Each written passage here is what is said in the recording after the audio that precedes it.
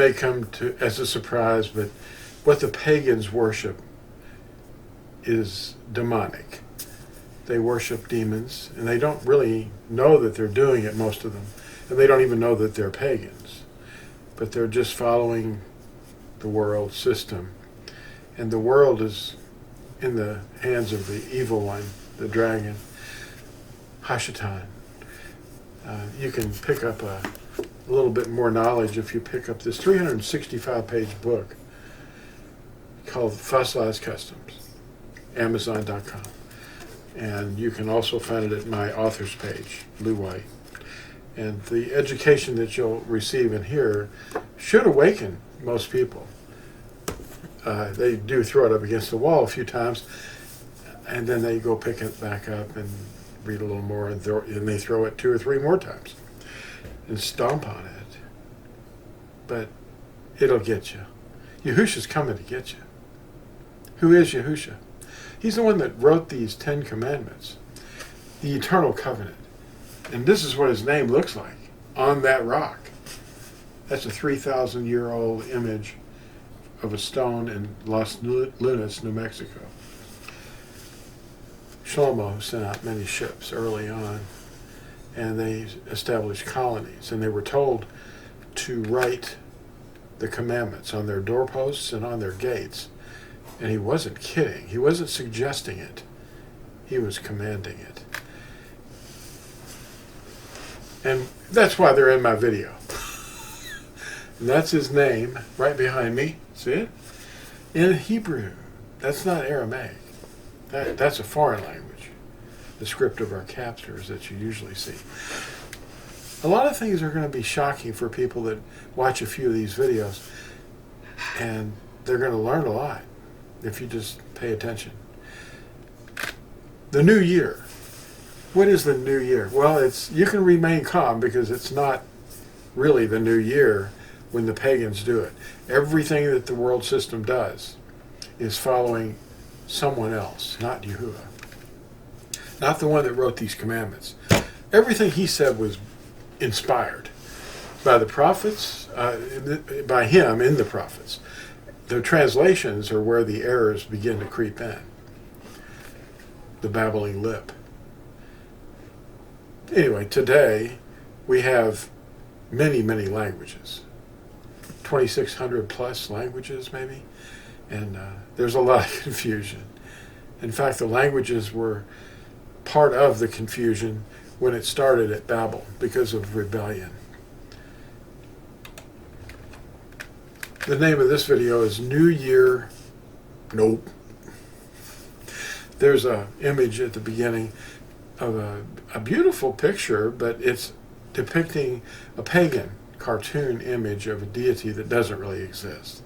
And the pagans actually worship or serve, obey. Everything that they do, they obey the world system, I should say. They're obeying demons. And the evidence is right there in front of you every time you see them celebrating this month, or New Year's for them. They're celebrating and worshiping non-existent demons, cartoon characters.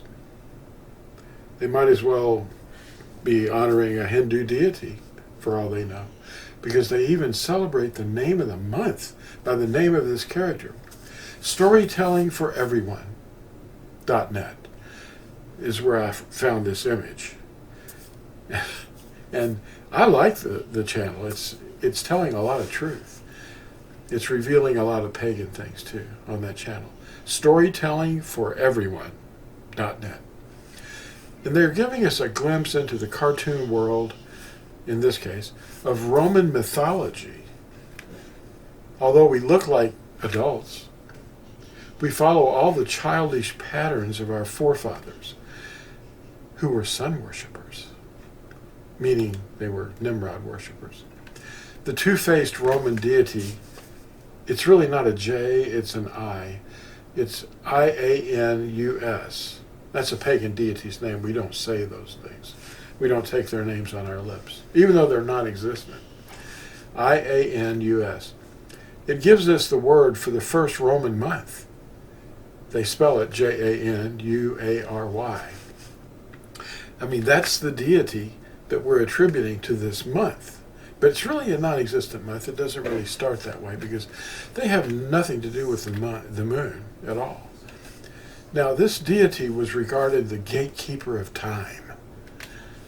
Imagine that. Sounds like, the TARDIS, doesn't it? And he was the overseer of beginnings, imaginarily.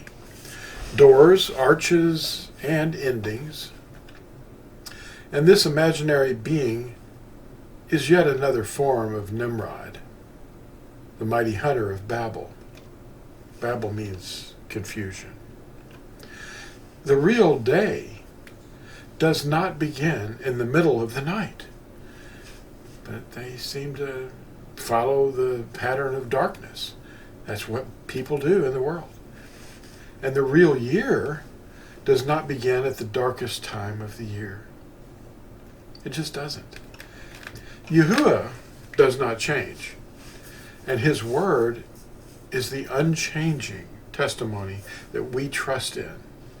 All other foundations are built on sand, and even now their foundations are crumbling under their feet as the truth is being revealed here in the last days. 2 Timothy 3, verse 16 says this, quote, all writing, they usually translate that as scripture, that's a Latin word for writing.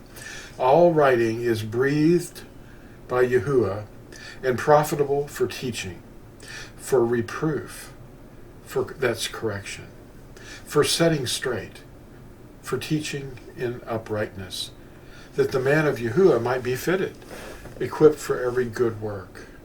That's the way the BYNV reads, if you're interested. That's what it looks like. And you can pick this up, Amazon or Torazone.net or eBay. Anyway, this is important. Understanding that the word of Yahuah is unchanging and it is the solid foundation. Now, what we're seeing around us in the world, none of that's, there's a bunch of Christmas tree hats on pumpkin heads running around teaching people. And I say that affectionately, of course. They're going to change. Every knee will bow and every tongue will confess that Yahusha is Yahuah in the flesh. When is the real New Year? Exodus 12, verse 2 tells us. This is not going to change. Quote, this month is to be the first month of the year to you. It's called Abib, which means grain in Hebrew, and it is the real Tekufa. Tekufa. That's a period of time in the year. It's a Hebrew word. And that's what they think they're doing now at New Year's in the pagan world. Do not trouble yourselves. What the pagans worship are demons. Do not learn their ways. Oops. You already have, haven't you? But you need to come out of her, my people, and set yourself straight.